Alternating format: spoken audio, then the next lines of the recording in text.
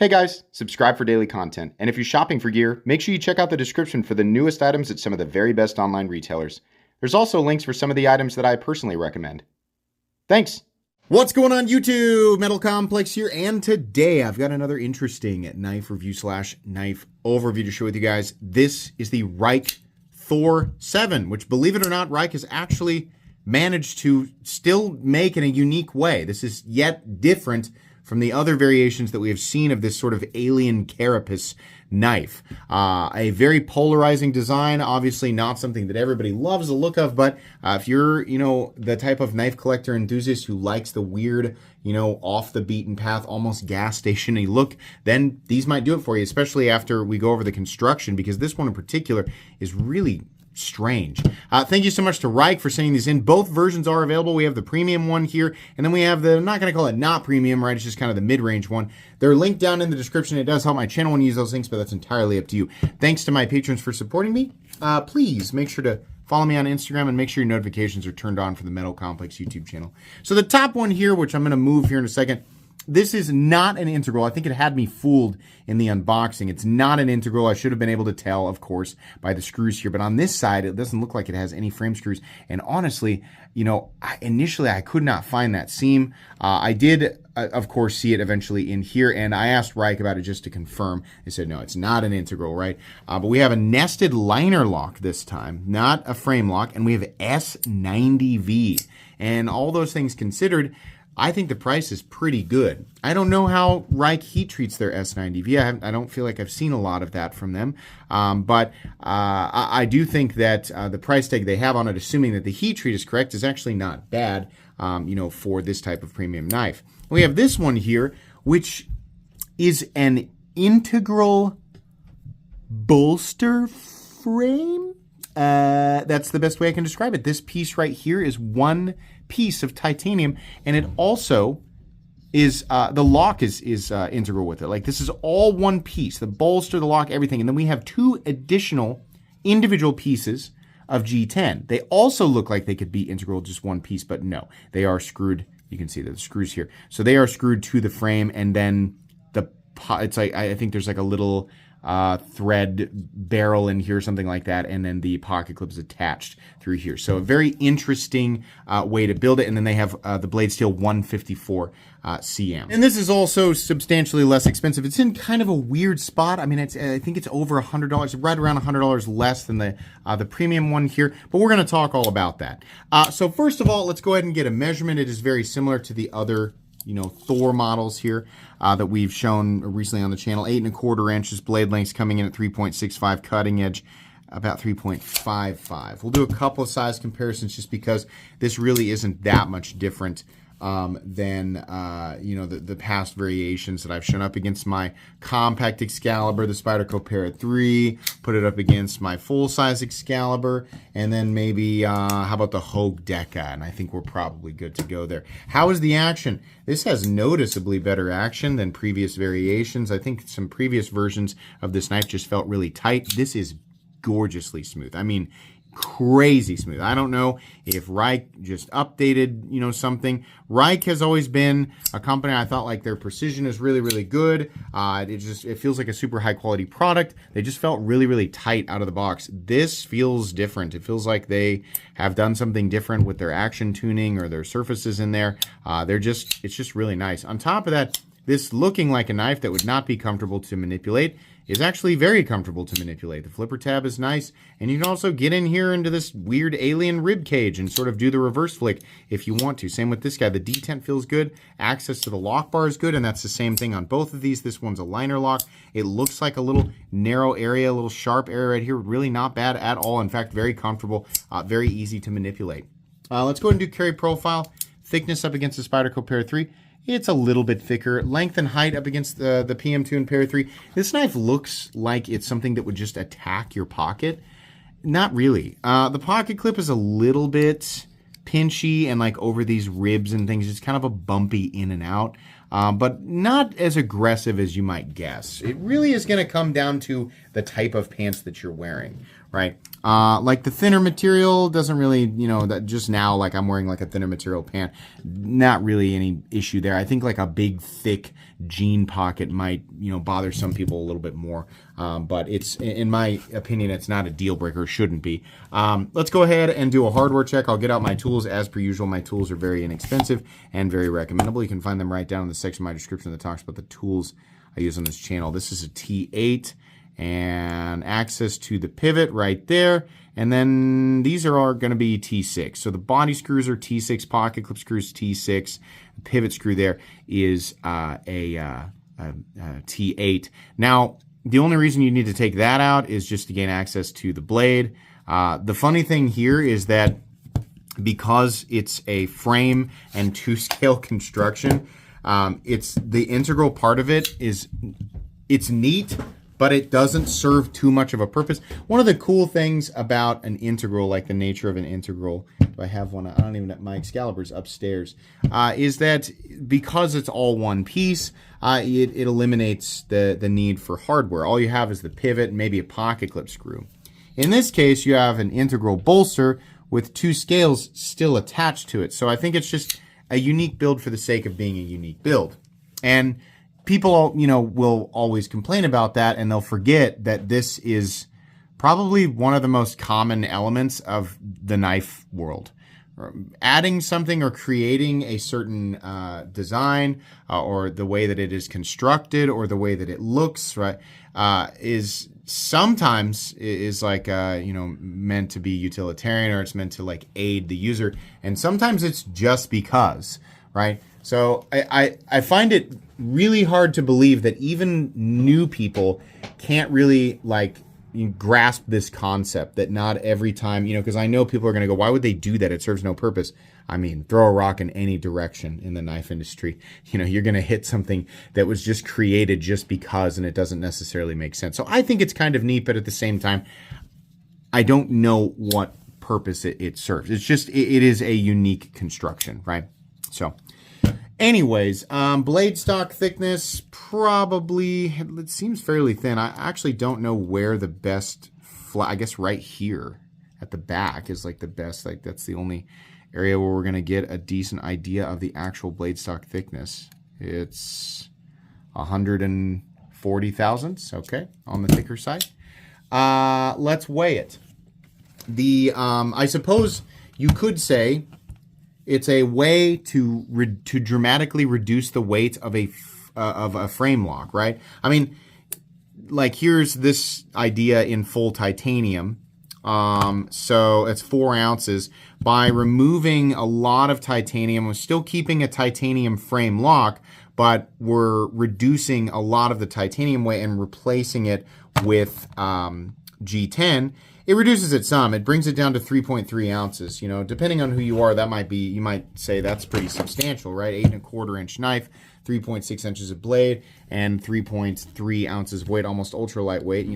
Depending on who you are, that might be pretty impressive. So that might be one of the the reasons there. Moving on, sorry, I'm recording where my entire family's home, my kids and everything, so you're going to hear them making noises periodically. Moving on into the meat and potatoes. Ergonomically, this is actually pretty comfortable in this grip. When you go to use the spine as jimping, it is the worst thing you have ever felt in your life. I hate it. That does not work well as jimping. It is insanely uncomfortable. It is just an aesthetic, right? And they didn't like make this and go, oh, yeah, that feels great as jimping. Yeah, we wanted this to be jimping, and it feels good, and we're giving it a thumbs up. No, they probably were like, yeah, we're going to make this more form over function here, So probably we're pretty aware of it. Outside of that, though, the blade shape is very functional, just like the previous versions of this knife. Kind of medium thickness behind the edge right here. We have this like blasted, I don't know if it's like a media blast, this overcast sky look to the blade there. Their 154 cm and their S90V and how it is heat treated is a complete and total mystery to me. I would venture to guess that they're kind of, industry standard S90V, probably 59 to 61, or at least that's what they'll advertise. And then their 154 cm, honestly, is probably right in the same ballpark. Until Taylor gets his hands on multiple, Reich knives in order to test. I don't know that, there's a lot out there that's really able to point to, what their general HRC hardness is. I think we have had some Quechuos tested by some of the other people in the community, but I honestly don't know. I would expect a company like Reich to hit the appropriate, or at least close to the appropriate range. When we say appropriate range, it is kind of subjective, right? S90V is not a steel that you want to see at 58. 59 is okay. It's kind of like 1 point back from where I like to see M390 at base, right? Obviously, 61 I think is great. Once you start to get up there like S90V at like 62, it starts to get really almost too hard, right? And I think chippy. So from what I understand, S90V shines really, really well at, like 59 is acceptable, but it really shines at 60 or 61, whereas M390 should be a bare minimum of 60 and realistically should probably be closer to 62. Right, so I feel like it's kind of 1 point back, but I have very limited expertise on this. 154 cm, I believe, is kind of right there in the same ballpark. I think it does fine between 59 and 61, but I don't know. So hopefully we get some additional testing from Taylor. You can check out his website by going to the bottom of my description and clicking on the very last link in the description. It should. He has a lot of data on HRC hardness with a lot of popular brands, so make sure you can check him out. Anyways. Like I said, the more premium one is a liner lock, so it's a slightly different experience, but I think that's cool. I think it's nice that we have a version of this that is a liner lock. Outside of that, they're really largely the same. This has, big chunks cut out. You can see all the way through the knife, whereas this one, obviously, we just have the G10. I think that would have been really cool on the G10 one if they had actually removed the same areas here, not only visually, but it also would reduce the weight even more, making it perhaps even under 3 ounces. That would have been super cool, but I can kind of understand why they didn't. This is probably a pretty expensive thing to machine, even with a large portion of it being G10. You are going to get stuff caught up here if you're going to actually EDC this, which this is not a decorative art knife. Sure, you can display it, you can collect it, right? But this knife is not delicate, right? Sometimes people see stuff like this and they think, oh, it's not actually sharp or it's not meant to be used. No, it absolutely can be used. It is plenty durable. Titanium and S90V, good action. It's got a plenty sharp edge. All of that is completely and totally functional. Anyways, what was I saying here? If you go to actually use it, you're going to get stuff caught in these little ribs or whatever up here. This one has a little gold pivot collar, and this guy's got the silver pivot collar. I don't know if they're all like that. I just noticed that was one of the differences there. Pocket clips are exactly the same. The red G10 does look pretty cool. There's some other colors of G10, and I think the premium one is literally just this. I don't know if they did an all black one this time around. There's no lanyard hole, and nowhere that I would personally want to attach a lanyard anyway. The pocket clip feels maybe a little bit long. They probably could have shortened it up a little bit. There's no mounting position for lefties. It is a right-handed only knife.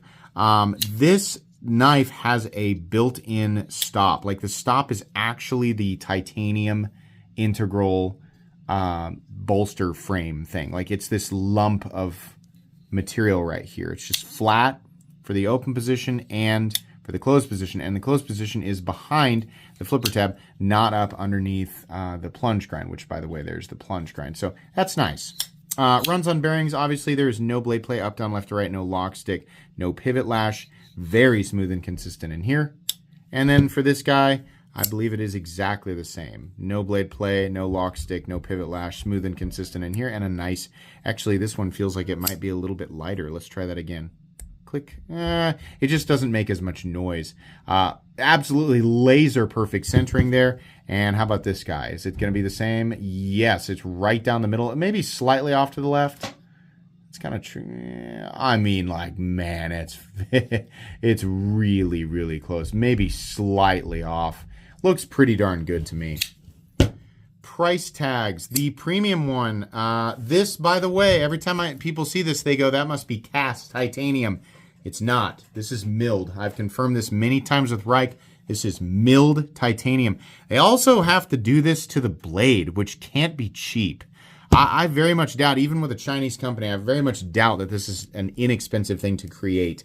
So contoured and heavy milling on titanium. And then we have the S90V blade with, by the way, this is not a, no, this is just a steel lock bar. Where's the magnet? Saw that detent ball. Yeah, steel lock bar, not a titanium lock bar, so just steel. But lots of milling and stuff like that. S90V, 200 and I believe it's 285 or 289. I think that's a really good price for this. They are really bringing a lot of heat. I mean, you might think that it's ugly, but as far as like the effort here, assuming that the heat treatment is at least 5961, I think that's pretty good. The one that I'm not so sure about is this guy. This is interesting. It's different. It's off the beaten path, like way off the beaten path. There's not too much of a purpose for the integral bolster frame thingy, whatever you want to call it, right? Except that you have a frame lock and it's dramatically reduced in weight. And then it's 154 cm for $189, which it's like, I get it. Like, you know, they have to, this part up here is one piece of titanium. The G10 looks cool. There's some extra machining there. The blade is cool. The construction is unique. There's a lot of effort here. It just still feels high. You know, like, I think if this had come in at like 129, you know, or 134, something like that, like 130, 140 bucks, I think it would have felt a lot more interesting.